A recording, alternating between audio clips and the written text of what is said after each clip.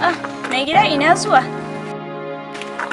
Ina zuwa banda aiki mana zan je. Aiki ko dai zaka je gun wancan shegiyar yarinyan ce?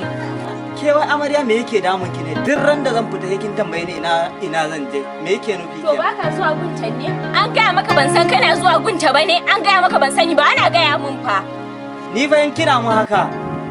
Wallahi sai na karo miki kishiya. Mata 10 zan auro in kawo a gida. To gida. mu ka suri an ba wanda aka taba mata kishiya, saboda haka ba za a fara a kaina ba. Na gaya maka kaina wani kadai ne, ba wani kishiya, ka cire maganan kishiya. Da ni kadai zaka zauna, ni kadai ne matarka, ka ji ko?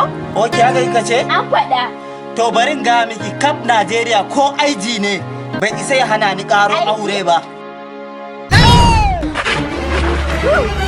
Inna lillahi wa inna ilaihi raji'un.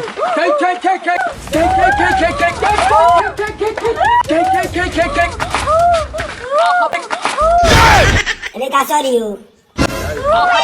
Habarin kai daɗe, makwabcin ka ne. Waye kai? Makwabcin ka ne.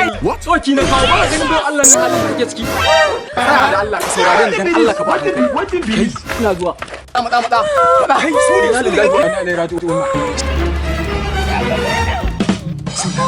Allah la ilaha illa Allah ta fusu sai. Wa bisa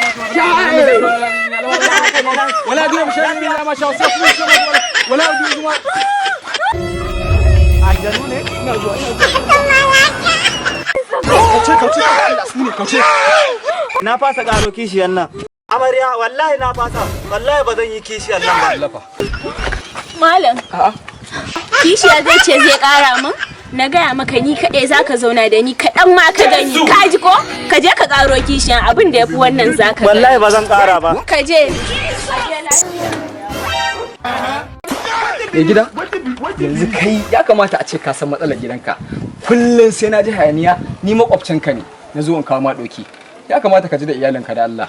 Sai an jima.